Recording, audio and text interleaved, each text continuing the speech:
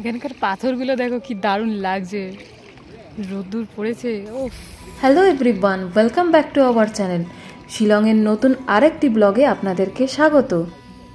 আশা করি আগের ব্লগটি সবার খুব ভালো লেগেছে, আর যদি না দেখে থাকেন তাহলে অনুরোধ রইল আগের ব্লগটি গিয়ে অতি অবশ্যই আমাদের চ্যানেলে গিয়ে দেখে নেবেন। তো শিলংয়ের পার্শ্ববর্তী সাইট সিন সেরে আমরা চলে এসেছি শিলংয়ের সেন্টার পয়েন্টে, মানে যেটা শিলংয়ের পুলিশ বাজার নামে পরিচিত। এই হচ্ছে সেই পুলিশ বাজার। এখানে সমস্ত ধরনের market complex, branded showroom, restaurant, এছাড়াও নানান হোটেল, সমস্ত কিছু এখানে অ্যাভেলেবেল। তাই আমরাও একটুখানি সন্ধ্যেবেলা এখন রাতের দিকে চলে এসেছি একটুখানি মার্কেট কমপ্লেক্স ঘুরতে। তো এখানে নানান যাবতীয় সবজি থেকে শুরু করে জামা কাপড়ের মার্কেট, এছাড়া লেডিস হ্যান্ডব্যাগ, জুতো, সোয়েটার, কি নেই, অফুরন্ত সম্ভার যাকে বলে। তার মধ্যে এমনিতেই সামনে দুদিন বাদেই ক্রিসমাস, আর শিলংয়ে ক্রিসমাস খুবই বড় করে পালিত হয়। আর তার জন্য এখানে ক্রিসমাসের সাজানোর নানান রকম ডেকোরেশনের সব জিনিস, লাইট থেকে শুরু করে গাছ, সমস্ত কিছু এভরিথিং এখানে সব দোকানে সেল হচ্ছে। অলরেডি শিলংয়ের ক্রিসমাস নিয়ে একটি ভিডিও আমার চ্যানেলে অলরেডি পোস্ট করে দিয়েছি এর আগে, আপনারা চাইলে ওটা গিয়ে দেখে নিতে পারেন, আর আমি এমনিতেও এখানে লিংক দিয়ে দেব। তো আমরা এখন এই শিলংয়ের সেন্টার পয়েন্টের এই বাজার, এই মার্কেট কমপ্লেক্স, এইগুলো একটুখানি এক্সপ্লোর করে নিলাম। আমরা এখান থেকে এখন সোজা চলে যাব এমটিডিসির অফিসে। এমটিডিসি হচ্ছে মেঘালয় ট্যুরিজম আন্ডারের, এখানে মেঘালয় ট্যুরিস্ট ইনফরমেশন সেন্টার। তো আমরা সেখানেই যাব। কালকে আমাদের ডাউকি যাওয়ার প্ল্যান করেছি আমরা, তো সেখানেই যাব বাসের টিকিট পাই কিনা দেখতে। তো আমরা এখন শিলং পুলিশ বাজার থেকে এখন মেঘালয় ট্যুরিস্ট ইনফরমেশন সেন্টারে চলে এসেছি। এটা পুলিশ বাজার থেকে 10-15 মিনিট ওয়াকিং ডিস্টেন্স টাইম লাগে, বা এছাড়া আপনারা গুগল ম্যাপ দেখেও আসতে পারেন। এই হলো এদের এখানকার অফিস, আর এখানে সমস্ত ট্যুর গাইড আর ট্যুরের কি কি প্ল্যান আছে সমস্ত কিছু লেখা রয়েছে। ওদিকে আমরা আগামীকালের আমাদের বাসের টিকিট বুক করেছি। তো আমাদের বাসের টিকিট বুক করার পর এখন আমরা ডিনার সেরে হোটেলে ফিরে যাচ্ছি, কারণ কালকে সকাল সকাল আবার বেরোতে হবে। তো গুড মর্নিং এভরিওয়ান। তো আমাদের আজকে সেকেন্ড ডে ইন শিলং। তো আমরা সকাল সকাল রেডি হয়ে আমরা এখন এমটিডিসির অফিসের সামনে চলে এসেছি। এই হলো অফিসের সামনের লন। আমরা আজকে শিলং থেকে যাব হচ্ছে ডাউকি আর মাউলিংলং ট্যুরে, আর এছাড়াও কয়েকটা পাশের সাইট সিন আছে। তো আমাদের বাস দিয়ে দিয়েছে, এই সাইডেরটা হলো আমাদের বাস। যাওয়া আসা নিয়ে মোট 230 কিলোমিটার আমাদের আজ জার্নি আছে।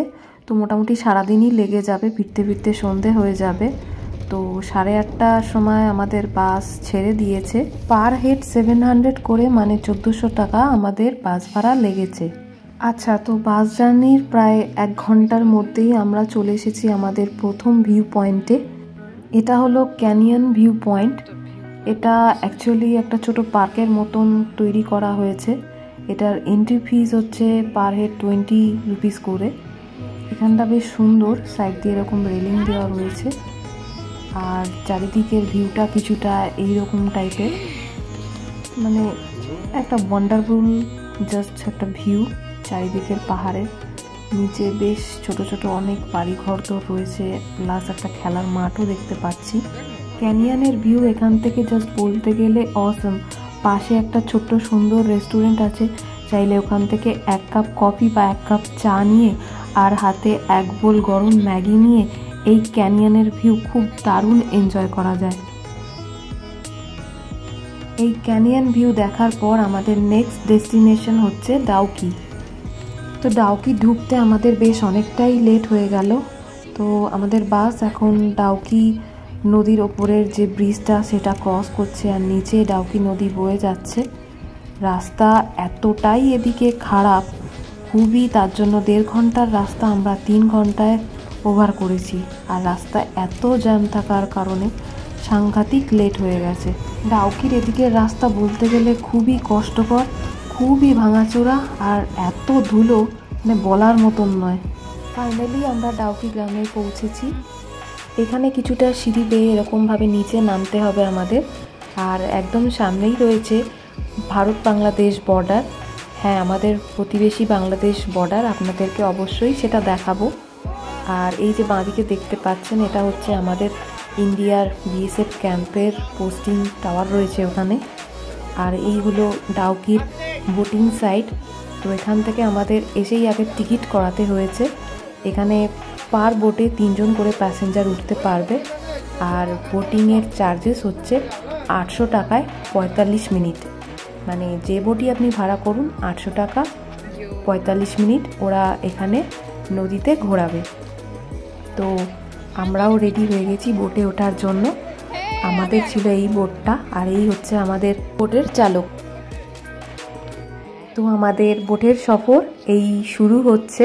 তো আসুন আপনারাও আমাদের সাথে ভার্চুয়ালি এই বোটের সফর উপভোগ করুন। এই নদী মেঘালয়ের খাসি পাহাড় আর জয়ন্তিয়া পাহাড়ের মাঝ বরাবর অবস্থান করেছে। অ্যাকচুয়ালি এই নদীর আসল নাম হচ্ছে উমগোট নদী, কিন্তু ট্যুরিস্টরা এসে আর এখানকার লোকেদের এই ডাউকি গ্রামের নাম পরিচিত হতে হতে মানে নদীটির নাম হয়ে গেছে এখন ডাউকি নদী। আর এই ডাউকি নদী মানে আমাদের এখানকার ইন্ডিয়ার মেঘালয়ের থেকে একদম সোজা চলে গেছে বাংলাদেশের দিকে চলে গেছে। আর এখানে পাশেই রয়েছে, যেহেতু বাংলাদেশের রয়েছে সিলেট শহর রয়েছে এখানে সামনেই একদম। সেটা আমরা বোট সফর করে আসি, তারপর আপনাদেরকে অবশ্যই দেখাবো সেই বাংলাদেশের বর্ডার। ওই দেখুন পাশের বোটের কো প্যাসেঞ্জার আবার টাইটানিকের পোজ দিচ্ছে।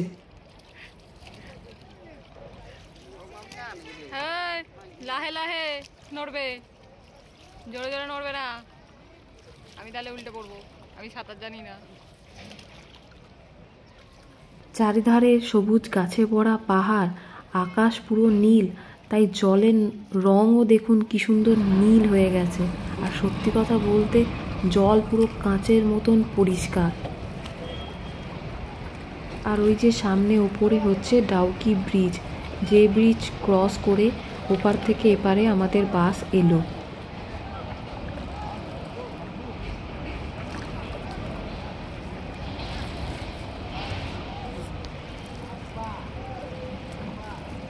হ্যাঁ ওই করো।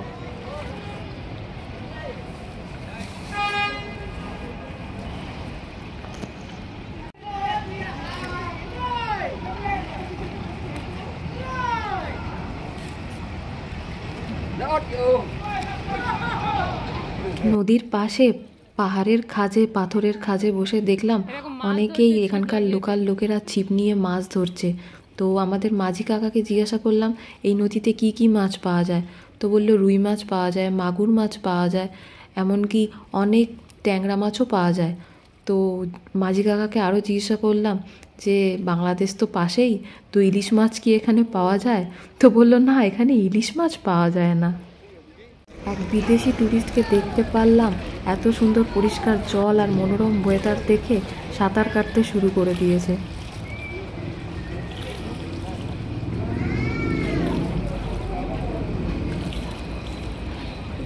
জল পড়ছে, জল পড়ছে।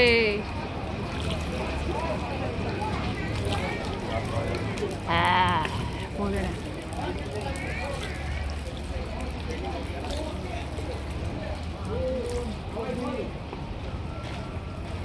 ডাউকি নদীর এই বোটের জার্নিটা সত্যি খুব সুন্দর, মানে ছোট থেকে বড় সবারই খুব পছন্দ হবে। আসার সময় রাস্তা এতটাই খারাপ ছিল, কিন্তু এই পরিবেশ পুরো সেই অভিজ্ঞতাটা পুরোটাই বলতে গেলে ভুলিয়ে দিয়েছে। ওই যে কে আবার মনের সুখে সিটি দিয়ে আবার গান করছে।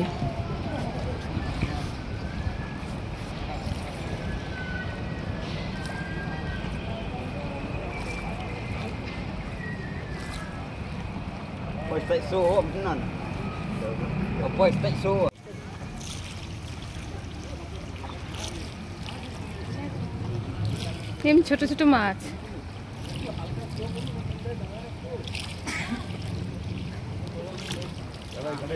अरे यार फिर से इतना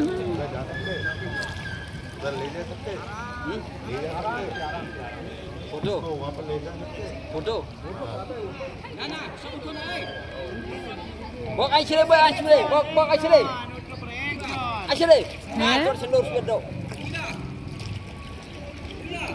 কি চলছে এটা? una wa shun ওই যে আরেকজনা ফটো তোলার চক্করে মাঝি কাকাকে বলে বোট থেকেই নেমে গেছে মাঝপথে।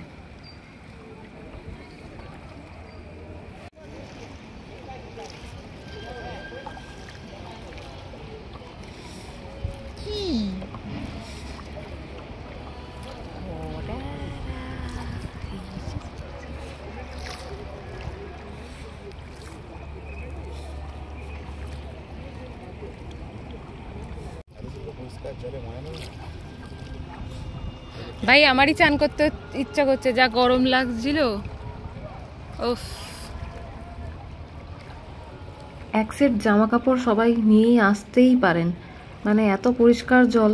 প্রায় অনেকেই দেখলাম বেশ এখানে এসে স্নান করতে শুরু করে দিয়েছে। এখানকার পাথরগুলো দেখো কি দারুণ লাগছে, রোদ্দুর পড়েছে। উফ,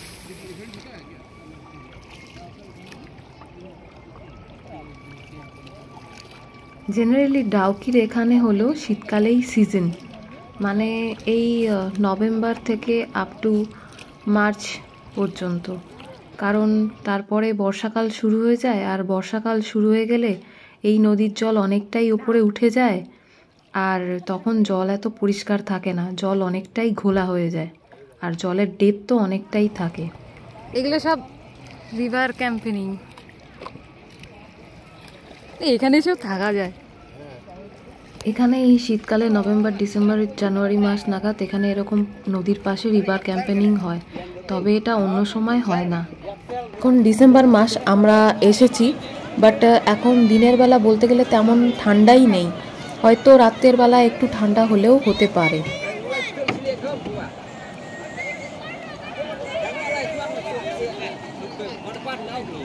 তো এতক্ষণ আমাদের নৌকা একটুখানি মানে সমতল জায়গার উপর দিয়েই চলছিল। তো এবার সামনে যেখানে এগিয়ে যাচ্ছে ওই যে একটা ব্রিজ মতন দেখা যাচ্ছে, তারপরেই কিছুটা পাথুরে একটুখানি উঁচু নিচু, মানে নদীটা খরস্রোতা হয়ে গেছে। ওটাই হচ্ছে আমাদের বোটিংয়ের এন্ড পয়েন্ট। তো এখানে সবাই নেমে একটুখানি চায়ের দোকান টোকান আছে, চাইলে কেউ স্ন্যাক্সও খেতে পারে। তো এটা হচ্ছে বোটিংয়ের এন্ড পয়েন্ট আর কি। এখান থেকে আবার আমাদের নৌকা ব্যাক করবে। আমরা মাঝি কাকাকে বললাম একটুখানি ব্রিজের তলাতে নিয়ে যেতে, একটুখানি জলের স্রোতটা যেখান দিয়ে আসছে, একটুখানি জলের ওই জায়গাটা একটুখানি যাব, জলের স্রোতটা একটুখানি উপভোগ করব। তাই আমরা সামনের দিকে একটুখানি আস্তে আস্তে এগিয়ে যাচ্ছি। এতক্ষণ নদীর জলের তেমন কোনো আওয়াজ পাওয়া যাচ্ছিল, আর এখানে এসে স্রোতের আওয়াজটা জাস্ট শুনুন। ওহ কি লাগছে, জাস্ট ফাটাফাটি, পুরো নীল জল বয়ে আসছে, মাঝে মাঝে সাদা সাদা ফেনা, মানে জাস্ট দারুণ। জলটা পুরো পরিষ্কার নীল।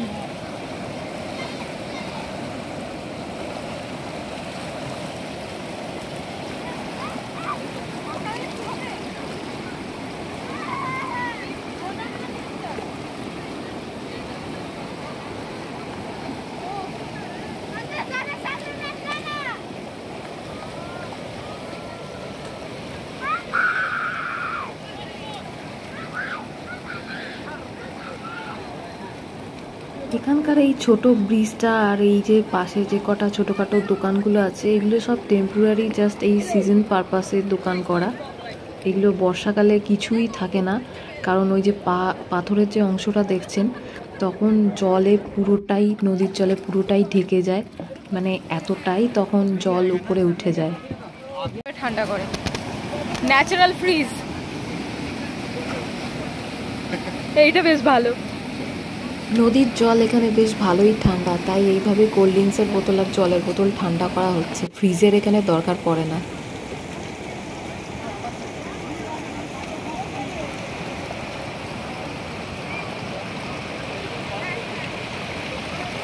আচ্ছা, এই ব্রিজে আবার উঠতে গেলে 10 টাকা লাগে ভিডিও করতে, তো আমরা ওই ব্রিজে উঠবো না, আমরা এমনি ফটোশ্যুট করছি পারে।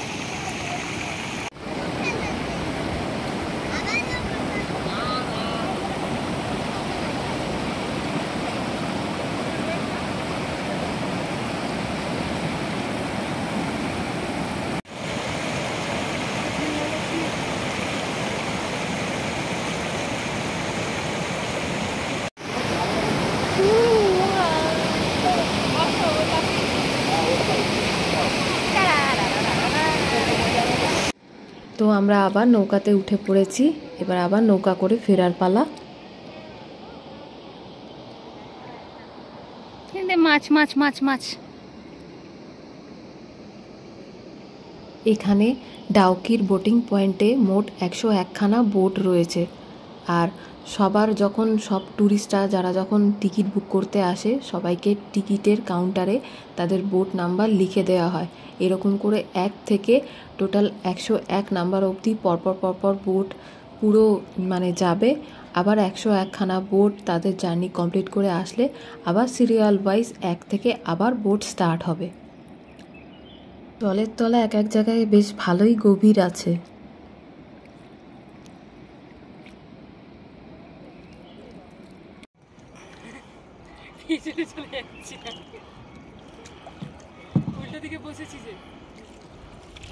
এরকম সুন্দর নদীতে সুন্দর জায়গায় এরকম ছোট্ট একটা সুন্দর বোট পেলে আর হাতে যদি নৌকার দাঁড় পাওয়া যায় তাহলে কার না ভালোই লাগে। তাই শখটা পূরণ করেই ফেললাম।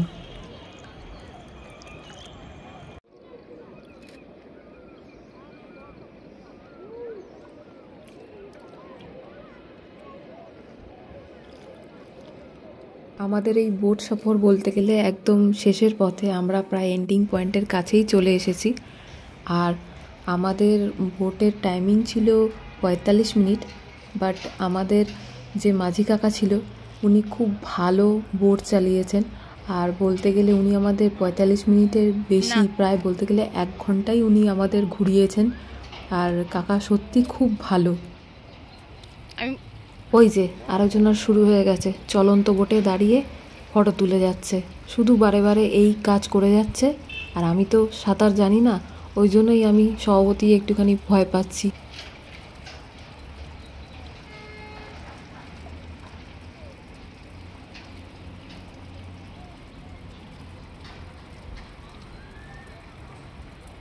তো আলটিমেটলি আমাদের বোট সফর শেষ, আমরা বোট থেকে নেমে গেছি। আর এই হচ্ছে ইন্ডিয়ার বিএসএফ ক্যাম্প, আর এই হচ্ছে পাশে বর্ডার। এই যে পাথর দিয়ে লম্বা লাইন করেছে, এইটা হচ্ছে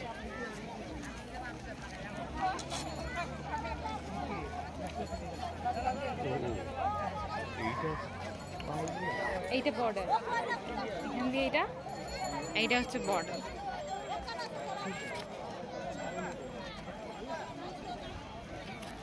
আর ওই দিকে ওগুলো যারা দেখছো দোকান ফোকান, এগুলো সব হচ্ছে বাংলাদেশের, বাংলাদেশের টুরিস্টরাও এখানে ঘুরতে আসে, ওরাও এখান থেকে এখানে আসে। বাংলাদেশের এই যে ফটোগ্রাফার এরা সব বাংলাদেশি, ওখান থেকে ফটো তুলবে ওখান দিয়ে গিয়ে। বর্ডারের সামনেই বিএসএফ জওয়ানরা পাহারা দিচ্ছেন, তাই দুদেশের মানুষরাই এপার থেকে ওপার বা ওপার থেকে এপার কোনো মতেই করতে পারবেন না। ও বর্ডারের উপরে দাঁড়িয়ে কি মজাই না পেয়েছি।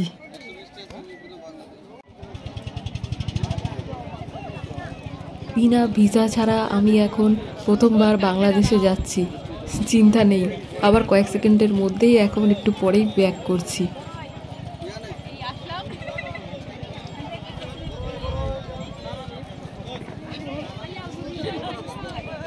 যাই হোক, আমরা এখন ডাউকি নদীর ধার থেকে উঠে এসেছি।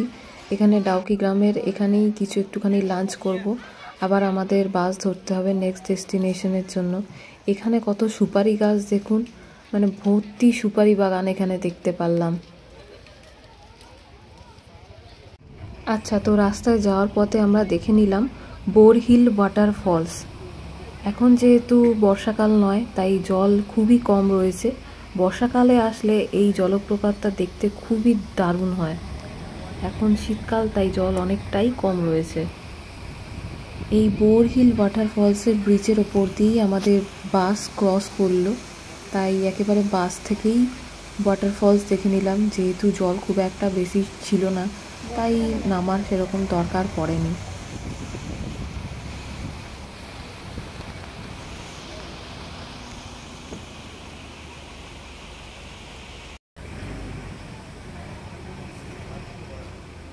আমরা এখন চলে এসেছি আমাদের নেক্সট ডেস্টিনেশন রিভাই গ্রামের লিভিং রুট ব্রিজে। কিন্তু দুঃখের বিষয় হলো এখানে পৌঁছাতে আমাদের অনেকটাই লেট হয়ে গেছে। যেহেতু শীতের বেলা, এখন ছোটোবেলা, অনেকটাই সন্ধে হয়ে গেছে, তাই আমরা মনে হয় না কিছু দেখতে পাবো। সিঁড়ি বেয়ে অনেকটা নিচে নামতে হয়, নামছি ঠিকই কিন্তু কিছুই মনে হয় না দেখতে পাবো। তো যাই হোক, আমাদের লাক খারাপ বলতে গেলে। ডাউকির ওদিকে রাস্তা সাংঘাতিক খারাপ ছিল, তার জন্যই এত লেট। তো যাই হোক, ইচ্ছা আছে পরে আরেকবার শিলং এলে লিভিং রুট ব্রিজ অবশ্যই দেখার, অবশ্যই এক্সপ্লোর করব আর আপনাদের সাথে আগামী দিনে শেয়ার করব। তো এই হলো মানে অন্ধকারের মধ্যে যতদূর একটুখানি তুলতে পেরেছি, গাছের শিকড় দিয়ে তৈরি, মানুষের দ্বারাই তৈরি কিন্তু পুরোটাই ন্যাচারালি। এই হলো ব্রিজ। আমাদের রিভাই লিভিং রুট ব্রিজ থেকে নেক্সট ডেস্টিনেশন ছিল মাওলিং লং ভিলেজ, যেটা এশিয়ার মোস্ট ক্লিনেস্ট ভিলেজ নামে পরিচিত হয়েছে, আর নাম দেওয়া হয়েছে গডস ওন গার্ডেন হিসেবে পরিচিত হয়েছে। তো এখানেও সেম জিনিস, এখানেও পুরো অন্ধকার হয়েছে। এত সুন্দর একটা ছোট্ট পরিষ্কার গ্রাম, মানে সেটাও যে ঘুরে দেখব দিনের আলোয় সেটাও আমাদের পক্ষে হয়নি। এখানেও মানে আমাদের ভাগ্য আমাদের সাথে দেয়নি। তো এখানেও ইন ফিউচার আবার আসার ইচ্ছে আছে আর আপনাদের সাথে শেয়ার করার ইচ্ছে আছে। তো এবার কোনো কিছুই শেয়ার করতে পারলাম না। অন্ধকারের মধ্যে যতটুকুনি অল্প বলতে গেলে খানিকটাই গ্রামটা একটুখানি হেঁটে দেখলাম, কিন্তু যতটা দেখলাম দারুণ সুন্দর লাগলো। তবে এইটুকুনিই বলবো, অতি অবশ্যই খুব শীঘ্রই রিভাইয়ের লিভিং রুট ব্রিজ আর এই মাওলিং লং গ্রামটাকে এক্সপ্লোর করতে অবশ্যই আসবই। আর হ্যাঁ, দিনের বেলাই অবশ্যই আসবো, না হলে এত সুন্দর জায়গা দেখতে পাবো না। তো যাই হোক, এখন ফিরে যাওয়ার পালা, তাই ফেরার পথ তো ধরতেই হবে।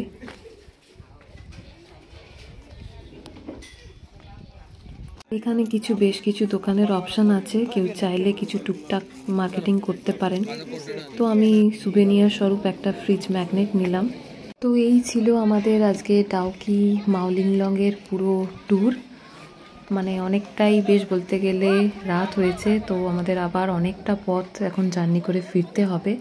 তো আপনাদের যদি এই ব্লগটা যদি ভালো লেগে থাকে অতি অবশ্যই লাইক, কমেন্ট অ্যান্ড শেয়ার করবেন নিজের প্রিয়জনদের সাথে। আর দেখা হবে পরবর্তী ব্লগে খুবই তাড়াতাড়ি। ততক্ষণের জন্য বাই বাই।